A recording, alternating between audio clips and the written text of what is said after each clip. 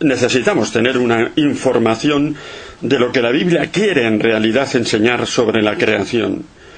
Yo diría que el Génesis nos propone 4 grandes verdades. 4. La primera, es que todo ha sido creado por Dios. Absolutamente todo, sin excepción. Y ciertamente, si vamos al primer relato de la creación, el que aparece en el capítulo 1 del libro del Génesis, pues se dice que Dios creó en 6 días. Pero atención, ese relato fue escrito por un sacerdote en el siglo VI antes de Cristo. Y entonces ese sacerdote tenía la intención de inculcar a su pueblo, al pueblo de Israel, que el hombre, a imitación de Dios, tiene que trabajar 6 días y descansar 1, el día del descanso. Eso es lo que significa Sabbat, el sábado, que decimos nosotros. Pero lógicamente nosotros sabemos que Dios no necesita 6 días para crear. Tenemos que saber distinguir cuál era la intencionalidad didáctica de ese sacerdote, de la verdad que en el fondo se quiere transmitir, que es esta: todo sin excepción ha sido creado por Dios. Y emplea ahí un verbo magnífico de una densidad teológica, o si queréis filosófica tremenda, que es bará. Ya no es yasar. Yasar en hebreo es modelar, pero aquí se emplea un verbo por primera vez, bará, que significa que hacer que lo que no existía comience a existir. Eso es algo absolutamente nuevo. Algo que no encontraremos, por ejemplo, en la filosofía de Platón. Platón no conoció la idea de la creación, que a nosotros nos parece tan evidente, tan básica. No la conoció. El demiurgo en Platón es alguien que modela la realidad, pero no la crea. Y lo mismo Aristóteles. Aristóteles también cree en Dios, por supuesto, pero el Dios de Aristóteles es aquel que pone en movimiento las cosas, no es creador. Y las ideas en Platón son eternas, sobre todo la idea suprema, la idea de bien, es eterna. Y esa idea de la creación es la gran aportación, digamos, de la cultura judeocristiana. Todo realmente ha sido creado por Dios. Otro concepto que tampoco aparece en la filosofía griega es el concepto de persona. El concepto de persona no lo debemos a la filosofía griega. Nació con los concilios cristológicos, el concilio de Éfeso, año 431, y el concilio de Calcedonia, 451, para explicar el misterio de Cristo.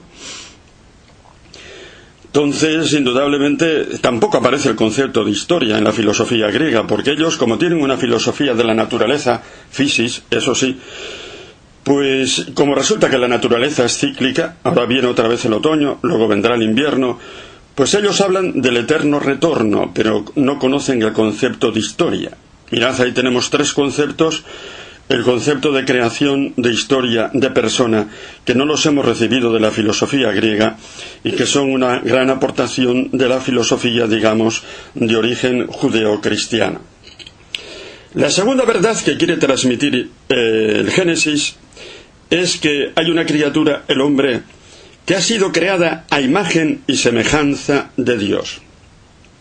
La única criatura que ha sido hecha a imagen y semejanza de Dios. Ahí está básicamente el concepto de persona. Y dice que Dios cogió barro de la tierra, Afar Adamá, y le dio un soplo de vida, Neshama Hayim, y así hizo la persona, el Nefesh, que se llama ahí, el ser viviente. Afar Adamá. Yo soy de un pueblo de Navarra que está cerca de otro pueblo de La Rioja que se llama Alfaro. Curiosamente, Alfaro, que es árabe, tiene la misma raíz, Afar, que también es barro. Y indudablemente nosotros sabemos que Dios no necesita barro para crear al hombre. Pero ahí ya se nos habla de ese misterio de la persona, porque Dios, creando al hombre a su imagen y semejanza, crea una persona, un tú personal, con el que puede hablar de tú a tú. Y realmente a él se va a referir su mensaje, sus palabras, etcétera. Se va a referir a esa persona con la cual puede hablar de tú a tú, porque tiene una dignidad sagrada en virtud del alma. Aquí todavía no se habla de alma, pero se intuye ya que posee. Tercera verdad que se transmite en el Génesis El relato de la costilla. Dios infundió un sueño a Adán para sacarle una costilla de la que hizo la mujer. Lógicamente Dios no necesitaba sacar una costilla del hombre para formar a la mujer, pero esa es una imagen que nos quiere dar una idea fundamental, y es que la mujer está hecha de la misma dignidad que el hombre. Eso es lo que quiere decir la costilla, que no es un objeto de placer, que tiene una dignidad sagrada igual que la del hombre.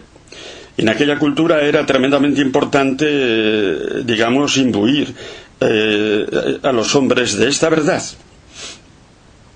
Porque fijaros la idea de la mujer que tienen en el Islam, ¿no es cierto? Es completamente distinta. Completamente distinta. Y aquí, digamos, hay una profunda verdad que se quería transmitir para toda aquella cultura y que nosotros todavía la tenemos mucho más elevada por las raíces cristianas que poseemos. Y la cuarta verdad que se quiere transmitir, hay un pecado, capítulo 3 del libro del Génesis, que llamamos pecado original, y que se quiere transmitir como histórico. Y ciertamente ahí no se habla de coger una manzana, ¿sabéis? Vais al capítulo 3 del Génesis y la manzana no aparece por ninguna parte. Es más, yo le he seguido la pista a esa manzana y no aparece hasta el siglo XII, de la pluma de un teólogo francés que se llamaba Abelardo. Lo que sí aparece es un árbol, el árbol de la ciencia del bien y del mal, que es una imagen para hacer entender que la ciencia del bien y del mal, es decir, la decisión sobre el bien y el mal, es algo que no corresponde al hombre sino a Dios. Y la tentación que tiene el primer hombre es la tentación de decidir por sí mismo el bien y el mal. Come de ese árbol, le dice la serpiente. Y la serpiente ahí ciertamente es un símbolo de Satanás, que sí que existe. Este sí que existe, de acuerdo con lo que nos enseña la Biblia. Fijaros que en el libro de la sabiduría se dice que por la envidia del diablo entró la muerte en el mundo.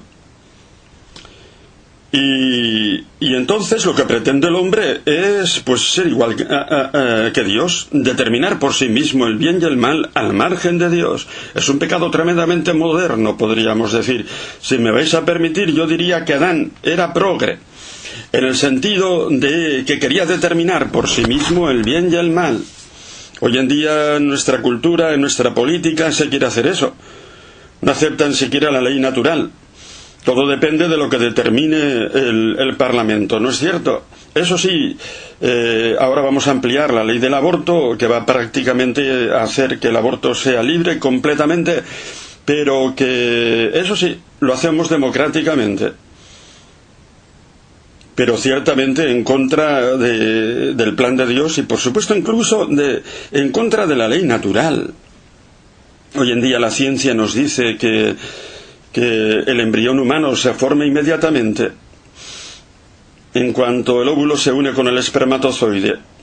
Se forma un embrión que es el humano, de tal manera que durante la gestación de ese embrión en el seno de una mujer no se añade nada nuevo. Desde el punto de vista genético es puro desarrollo de lo que es desde el primer momento. Es un embrión humano, por lo tanto deducimos que es una persona humana, no la podemos matar. Pero si el Parlamento dice sí, entonces en nombre de la democracia nos hemos convertido en lo que Satanás quería, en que determinemos nosotros el bien y el mal al margen de Dios.